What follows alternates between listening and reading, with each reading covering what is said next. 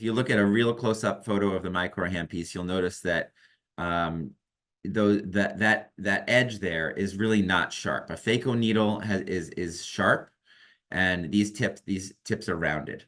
So I'm going to show you. I'm going to demonstrate the safety by actually showing you a video of a PC tear with miCOR. Again, I've done this over 400 times. I've had 2 PC tears in 3 years. One was early on when I was just learning to use the device, and the other one was last week. And in both cases, something that I thought was really, really remarkable happened. So here we go. So this is a case of a PC tear. The PC tear has actually already happened, but I don't know it yet. And it has occurred in between. If you look in between the miCOR and the second handpiece, it's sub-eye. I'm just starting to notice right now that there's something maybe attached to the tip of my miCOR, and you can see now real well that there's a very small round hole sub-eye between my second incision and my main. And so we're doing what we're taught to do. We keep the chamber inflated, put a suture in, pulling out the vitrector to see if there's any vitreous in the bag. And what I'm going to do here, what just amazed me as I did this, is that the entire time through all of this, that hole did not expand. It never got any bigger. And for me, with phaco, as soon as you have a hole, because of the high flow stat, all the fluids being pumped through the eye, and the edges are ragged, the hole usually just expands and blows open. But with miCOR, it never did that. And so I looked at this thing and said, holy moly, I think I can put a one piece in the bag. And so I did. And I put a one piece in the bag. The lens never, the hole never expanded. And this was the first time in my life that I was able to do this, is to put, despite a PC tear, a one piece went in the bag. And I know that just kind of blew me away. The video I just showed here was my first PC tear, which happened about 1.5 years, 2 years ago. Like I said to you, I had a second PC tear last week with the miCOR. It was a toric multifocal. Exact same thing happened. Very small hole, very central. The hole never expanded. I was able to put a one-piece toric multifocal in the bag.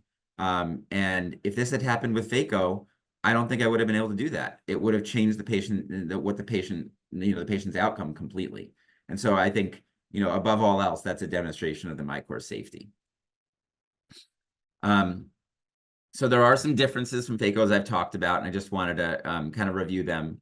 First, it's best suited for chopping. It doesn't trench. It doesn't sculpt.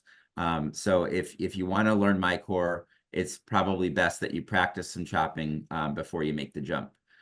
You could also use Zeiss's MyoLoop to kind of get those chops for you. And I did that for a while as I was adapting my technique. The second thing is that the lens is, like I said before, I tend to carousel in phaco. I carousel the quadrant at the end of the phaco needle, but with miCOR, I tend to core into it and then let the piece collapse inward.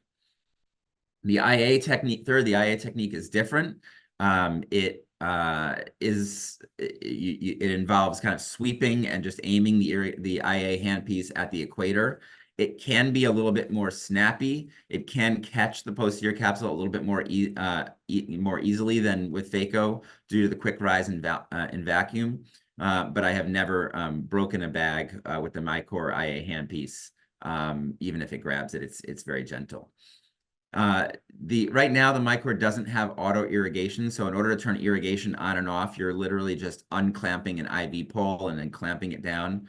But Zeiss does have a solution for this that's coming. A lot of surgeons that use miCOR note that it has an unfamiliar or different sound than phaco that just takes some getting used to. It's a clicking noise. You kind of heard that in the earlier video. Just like everything else, it takes some getting used to. So who do I use miCOR on? I think it tends to work best on softer nuclei, but it can take out any nucleus, even a 4+ NS, hypermature, LP, hand motion cataract. You can do it, but you have to find some way to chop that lens into quadrants, and then it's going to be slower than a soft nucleus, just like phaco would.